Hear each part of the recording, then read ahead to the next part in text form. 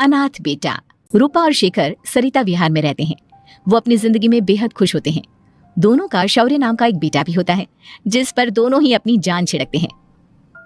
शेखर, अब तो आप शौर्य को अपनी गोद से नीचे उतार दीजिए, उसके सोने का टाइम हो रहा है। नहीं रूपा, इसे मेरे पास ही रहने दो प्लीज। मैं थोड़ी देर में इसे बिस्तर में सुला दूंगा। लेकिन कल सुबह आपकी ऑफिस में मीटिंग भी तो है ना, और इसके लिए आपको कल जल्दी भी तो निकलना होगा। जाइए, आप भी जाकर सो जाइए। क्या यार, अभी तो मेरी गोद में आया था मेरा बेटा और तुम उसे लेकर जा रही हो। बाद में कर लेना अपने बेटे से प्यार, अभी जाकर सो जाइए। रूपा शेखर से शौर्य को ले रही होती है कि तभी शौर्य रोने लगता है। शौर्य को रोता देखकर रूपा उसे फिर से शेखर को थमा देती है। आपका बेटा ना एक नंबर का नौटंकी है, बिल्कुल आप पर गया है वो। साफ बोलो ना, तुम्हें जलन होती है हम दोनों बाप बेटे का प्यार देखकर। पहले बड़ा तो होने दो तुम शौर्य को, फिर देखना वो सबसे ज्यादा मुझे ही प्यार करेगा।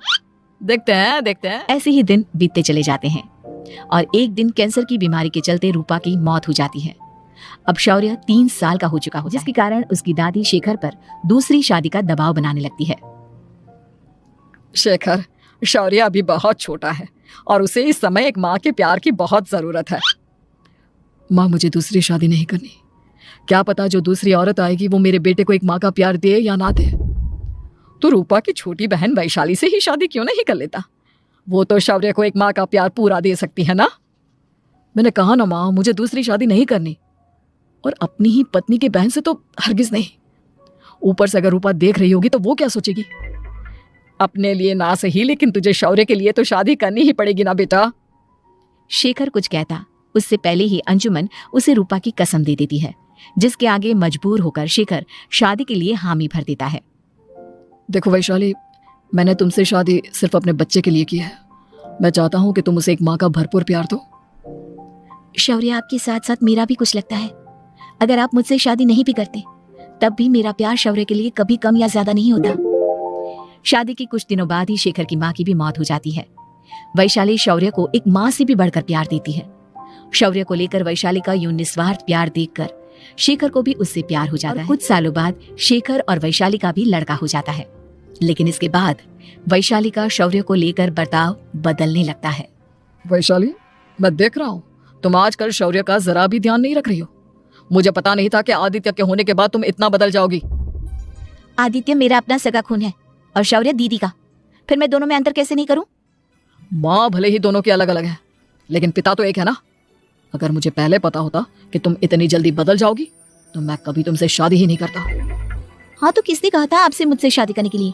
मैं थोड़ी ना आई थी आपके पास, आपकी माँ ही आई थी मेरे घर आपका रिश्ता लेकर। वैशाली, मुझे तुमसे ऐसी उम्मीद नहीं थी। गुस्से में शेखर अपना पैर पटकता हुआ शौर्य को वहां से लेकर चला जाता है। पापा, मम्मा मुझसे प्यार क्यों नहीं करती? क्या मैं उनका सगा बेटा नहीं हूँ इसलिए मुझसे प्यार नहीं करती? मम्मा नहीं करती तो क्या हुआ बेटा, पापा तो करते हैं ना आपसे प्यार। कुछ दिनों के बाद, आज तुझे खाना पीना कुछ नहीं मिलेगा, चल चुपचाप से अपने रूम में जाकर सो जा। माँ, अब भाई को खाना क्यों नहीं दे रही हो? बेटा तू आराम से खाना खा, इस नालायक की चिंता मत कर। एक दिन खाना नहीं खाएगा तो मर नहीं जाएगा ये। अगर भैया नहीं खाएंगे तो मैं भी नहीं खाऊंगा। तू अपने भाई का भक्त क्यों बन रहा है? ये तेरा सौतेला भाई है, सगा नहीं जो तू लक्ष्मण बन रहा है। माँ, आपको इतना भी नहीं मालूम? श्री राम और लक्ष्मण सगे भाई नहीं थे। श्री राम माता कौशल्या और लक्ष्मण माता सुमित्रा की कोख से जन्मे थे। दोनों के सिर्फ पिता एक थे, लेकिन माँ अलग थी।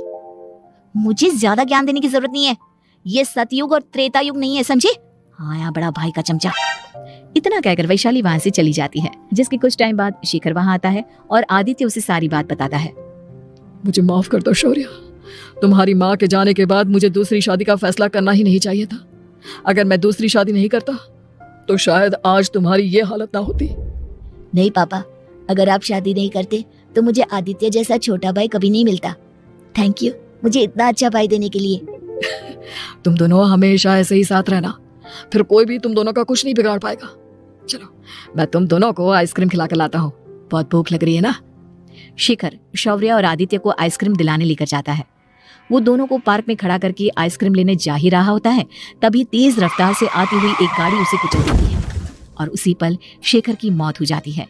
जिसके बाद शौर्य की जिंदगी नर्क से भी बदतर हो जाती है। सुन रहे चिरकुट, इस घर के किसी भी सामान को मेरी मर्जी के बगैर हाथ मत लगाना।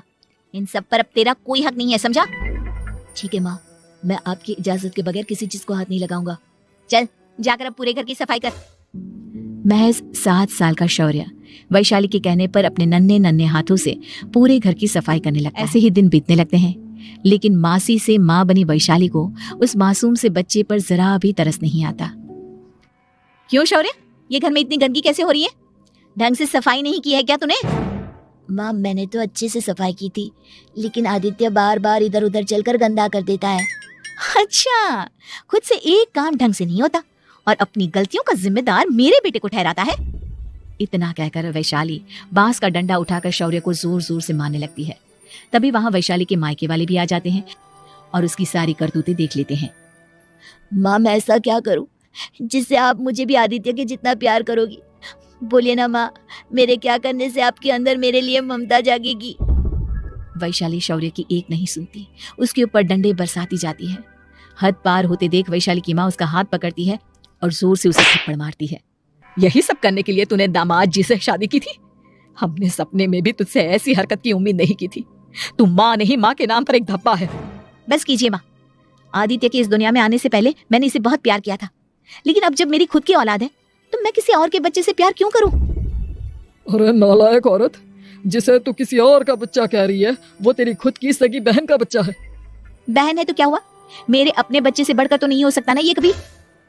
अगर यही बात थी तो तू हमें पहले बता देती, हम शौर्य को अपने साथ ले जाते।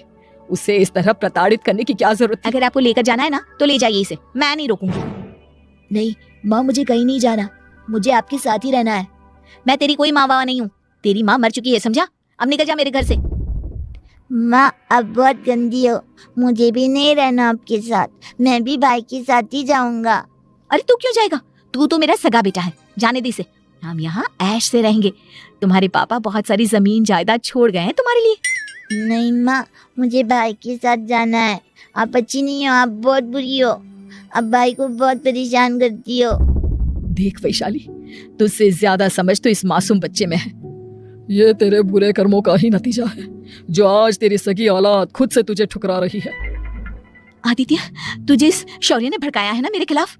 नहीं माँ, मुझे किसी ने भड़काया नहीं, पर मैं सब देखता हूँ, सब समझता हूँ। भाई बहुत अच्छा है, वो आपकी जैसा नहीं है। चलिए नानी। इतना कहकर वैशाली के मायके वाले आदित्य और शौर्य को अपने साथ ले जाते हैं और इस तरह वैशाली बड़े से घर में अकेली पड़ जाती है। 2 बेटों के होते हुए भी आज उसे माँ कहकर बुलाने वाला कोई नहीं होता।